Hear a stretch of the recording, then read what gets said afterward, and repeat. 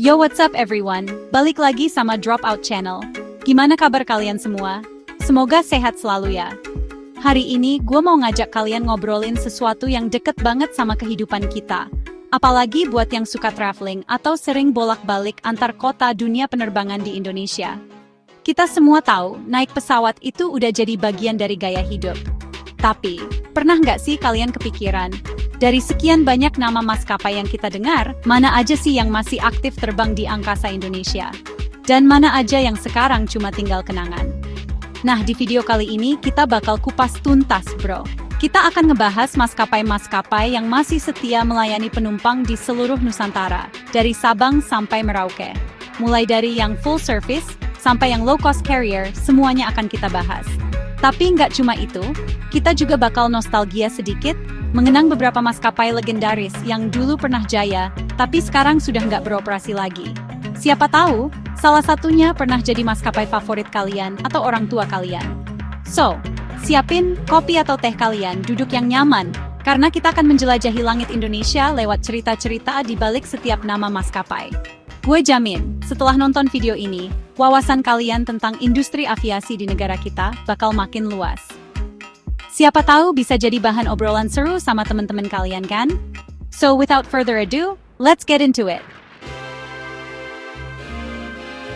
Garuda Indonesia. Ini adalah maskapai kebanggaan kita, flag carrier Indonesia, dan juga anggota aliansi Global SkyTeam. PT Garuda Indonesia Tbk adalah sebuah badan usaha milik negara Indonesia yang bergerak di bidang penerbangan. Perusahaan ini adalah maskapai penerbangan nasional dari Indonesia dan berkantor pusat di dalam Kompleks Bandara Internasional Soekarno-Hatta. Lion Air dikenal sebagai maskapai bertarif rendah dengan banyak anak perusahaan seperti Batik Air dan Wings Air. PT Lion Mentari Airlines beroperasi sebagai Lion Air adalah sebuah maskapai penerbangan bertarif rendah yang berpangkalan pusat di Jakarta, Indonesia. Lion Air sendiri adalah maskapai swasta terbesar di Indonesia. Batik Air. Meskipun bagian dari Lion Air Group, Batik Air menawarkan pengalaman penerbangan dengan layanan penuh atau full service. PT Batik Air Indonesia beroperasi sebagai Batik Air adalah maskapai purlayanan swasta Indonesia yang didirikan pada tahun 2013. Maskapai ini merupakan anak perusahaan Lion Air yang berlayanan penuh. Penerbangan perdana dilaksanakan pada hari Jumat 3 Mei 2013 dari Jakarta ke Manado dan Balikpapan. CityLink.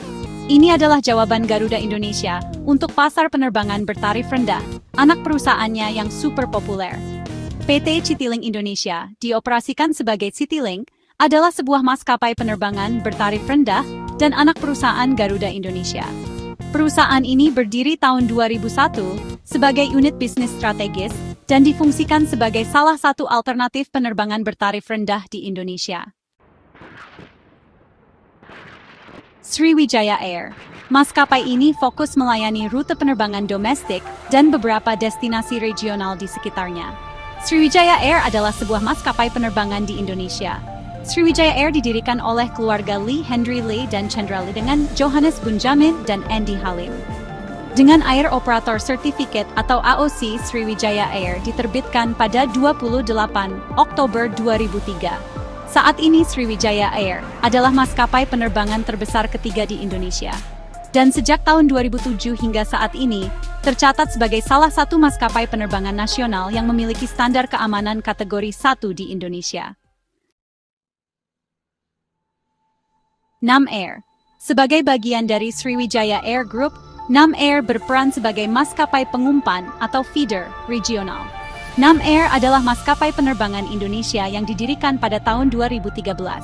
Maskapai penerbangan ini adalah anak perusahaan dari maskapai penerbangan Sriwijaya Air. Maskapai penerbangan ini merupakan maskapai pengumpan di kelas medium dengan mengoperasikan pesawat Boeing 737-500 winglet dengan konfigurasi 120 kursi. Wings Air, bagian dari Lion Air Group, jagonya terbang ke kota-kota kecil dan terpencil. PT Wings Abadi Airlines, dioperasikan sebagai Wings Air, adalah sebuah maskapai penerbangan domestik yang berbasis di Jakarta, Indonesia. Maskapai ini beroperasi dari Bandara Internasional Sultan Hasanuddin di Makassar. Transnusa. Berbasis di Nusa Tenggara Timur, Transnusa kini melayani rute domestik dan juga regional. PT Transnusa Aviation Mandiri beroperasi sebagai Transnusa, adalah maskapai penerbangan Indonesia yang berbasis di Bandara Internasional Soekarno-Hatta, Jakarta. Diluncurkan pada Agustus 2005, melayani berbagai tujuan dari Kupang, Timor, menggunakan pesawat charteran dari Pelita Air dan Trigana Air Service. Pelita Air dimiliki oleh Pertamina, Pelita Air kini juga melayani penerbangan berjadwal di samping layanan charternya.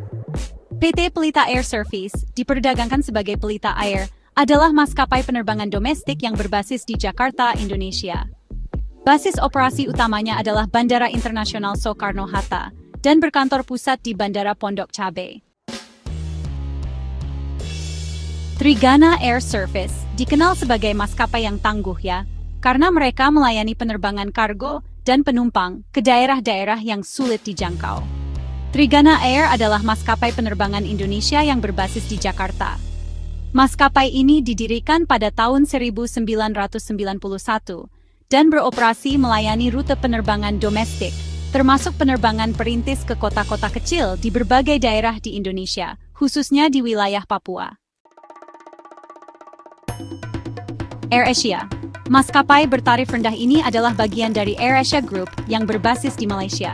PT Indonesia Air Asia, dioperasikan sebagai Indonesia Air Asia, adalah sebuah maskapai penerbangan bertarif rendah yang berbasis di Jakarta, Indonesia. Maskapai ini mengoperasikan penerbangan domestik dan internasional terjadwal. Capital Aberhead, dioperasikan sebagai Air Asia, adalah sebuah maskapai penerbangan bertarif rendah multinasional yang berpusat di Bandara Internasional Kuala Lumpur, Malaysia. AirAsia sendiri adalah maskapai swasta terbesar di Malaysia. Merpati Nusantara Airlines, sebuah maskapai penerbangan Indonesia, mengalami beberapa insiden kecelakaan selama sejarahnya. Beberapa kecelakaan yang menonjol termasuk jatuhnya pesawat di Gunung Puntang pada tahun 1992, di Samudra Hindia pada tahun 1971, dan di Teluk Kaimana pada tahun 2011. Selain itu, Merpati juga mengalami kecelakaan lain seperti penerbangan 422 yang mengalami kerusakan parah saat pendaratan pada tahun 1994, serta penerbangan 6715 yang menabrak bukit di Ruteng pada tahun 1992. Merpati berhenti beroperasi pada tahun 2014, meninggalkan banyak kenangan penerbangan perintis. Adam Air jatuh merujuk pada kecelakaan pesawat Adam Air, penerbangan KI 574, yang jatuh di perairan Majene, Sulawesi Barat, pada tanggal 1 Januari 2007.